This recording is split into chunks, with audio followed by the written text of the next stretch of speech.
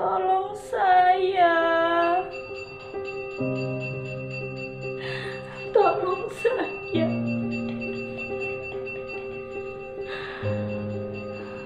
Saya tidak tahu sudah berapa lama saya disiksa macam binatang. Saya juga tidak tahu apakah saya ini seekor binatang. Tolong saya.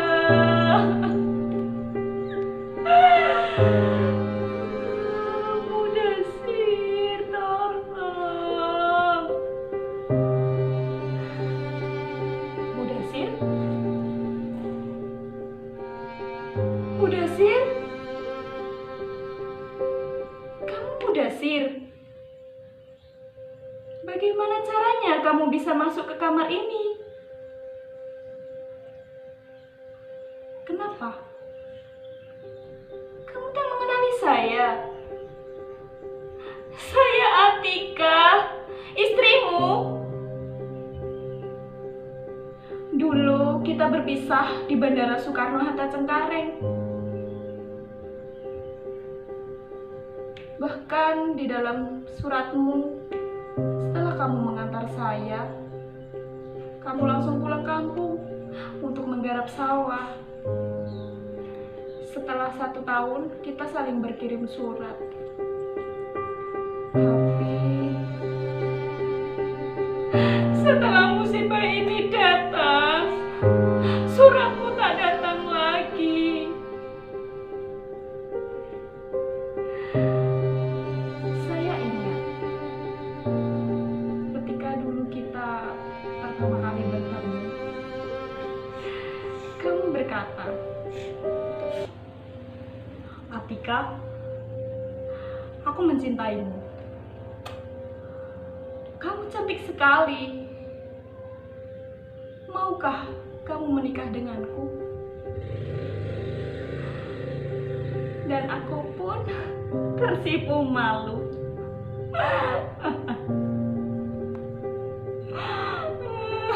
Tapi Mudasir, kamu mencintai saya lahir batin kan? Bukan karena wajah saya kan? Kamu dulu sering bilang aku cantik. Aku memang cantik. Kecantikan yang saya miliki tanpa bedak, tanpa lipstik. Kamu suka aku apa adanya.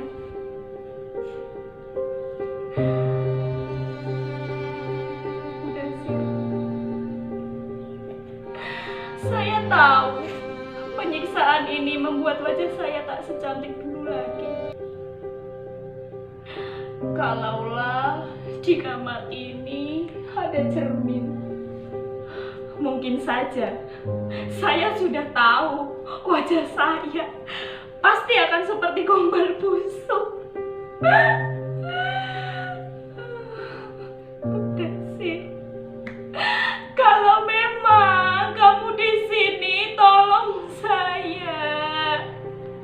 Keluarkan saya dari sekapan ini. Lalu kita pulang bersama-sama. Tak perlu melapor kepada polis raja di raja. Tak guna melapor kepada Menteri Tenaga Kerja. Kita ini warga negara Indonesia, bukan negara Filipina. Yang presidennya pun peduli dengan nasib mereka. Lalu kita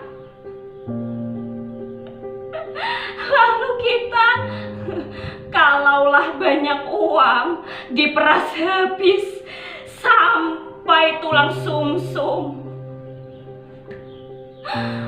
Tapi kalau ada masalah, pura-pura tidak tahu, dihiraukan. Mudasir, itu kenyataan.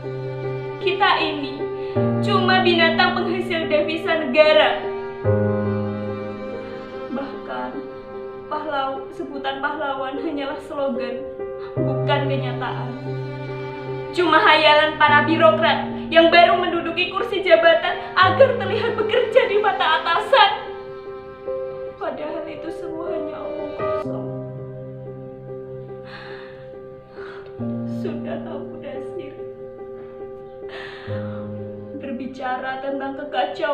penanganan kasus TKW sungguh menyesakkan dada. Kenyataan yang terang tidak pernah dianggap sebagai kenyataan. Kamu bertanya mengapa? Karena mereka malas menanganinya. Manalah sudi tangannya kotor dan tenaganya terhamburkan untuk mengurusi rakyat miskin seperti kita.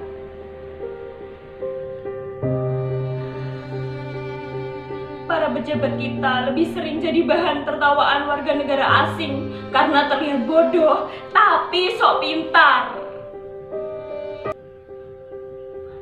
Padahal bahasa pun masih di bawah rata-rata. Manalah menang perkara kalau yang dibawakan hanyalah bahasa Tarsan. Sebelum maju sudah kalah duluan. Ujung-ujungnya kita yang jadi korban, kita yang dikorbankan. Lihatlah, lihatlah, lihatlah luka-luka di sekujur tubuhku ini, Mudasir. Sebelum saya dijebloskan ke kamar ini, saya dipukuli, saya ditendang, bahkan saya disetrika. Dan seluruh anggota majikan itu pun ikut memukuli. Dan saya pun bertanya, apa salah saya? Jawabannya hanya geraman, kamu maling, kamu pencuri, kamu tidak tahu diri. Dan majikan perempuan saya pun berkata, "Cemanalah saya nak percaya dengan korang. Barang-barang saya yang berharga pun hilang. Pasti korang yang mencuri kan?" "Tidak, Nyonya, saya tidak mencuri. Tolong saya, Nyonya, ampuni saya."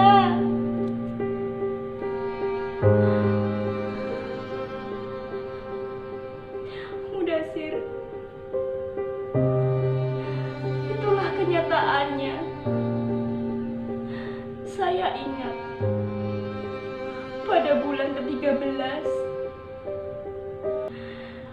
majikan laki-laki saya datang menghampiri saya dan bilang, "Baringlah denganku." Dan saya pun menjawab, "Ampun Tuan, saya tidak mau."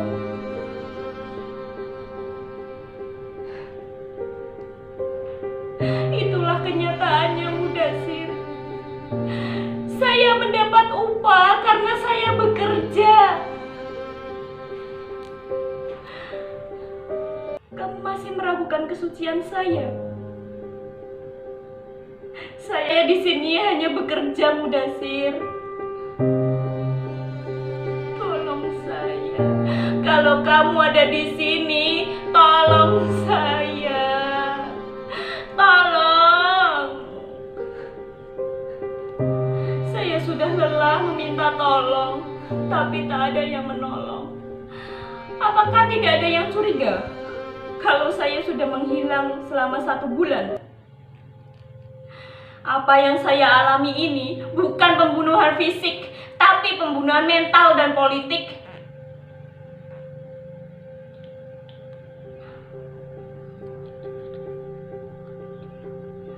Kita sudah berapa kali dianggap sebagai sampah dan tak dipedulikan lagi. Tolong saya. Tolong. Tolong saya, Mudasir. Tolong. Tapi jangan tolong saya saja. Tolong kita semua. Jangan jadikan kita sebagai ogol-ogol.